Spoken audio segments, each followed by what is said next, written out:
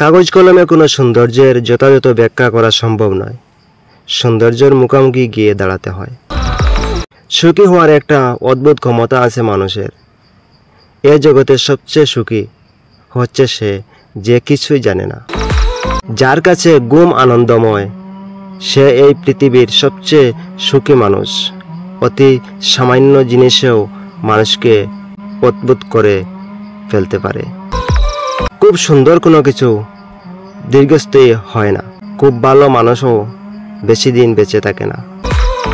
যখনই কেউ কারো প্রতি মমতা বোধ করে, তখনই সে লজিক থেকে সরে আসতে শুরু করে। মায়া, মমতা, ভালোবাসা এসব যুক্তির বাইরে ব্যাপার। বেশি নাটক দূরত্ব সৃষ্টি করে। প্রিয়জন থেকে তাই দূরে থাকাই ভালো। সম্পর্ক স্থির নয়, পরিবর্তনশীল। প্রতিজ্ঞা করার আগে একটু হলেও ভাবা উচিত।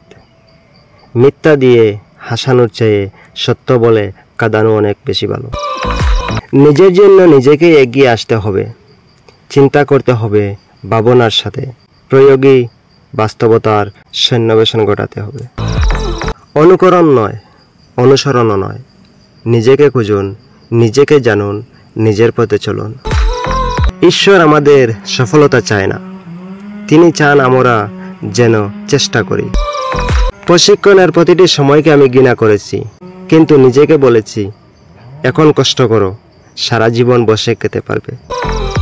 যদি সূর্যের মতো আলো ছড়াতে চাও, আগে তার মতো জ্বলতে হবে। বাস্তবতা আদর্শের সাথে খাপ খায় না, তবে তা নিশ্চিত করতে পারে। যে নিজেকে ঠিক রাখতে পারে না, সে নিজের জন্য যেমন বিপজ্জনক, তেমনি অন্যের জন্যও বিপজ্জনক। কি হবে জীবনের এত পারফেক্ট মানুষ খুঁজে, যদি সেখানে ভালোবাসাই না থাকে? যে ব্যক্তি বিজ্ঞানকে অল্প জানবে, সে নাস্তিক হবে। আর যে বিজ্ঞানকে ভালোভাবে জানবে, সে অবশ্যই ঈশ্বরের প্রতি বিশ্বাসী হবে।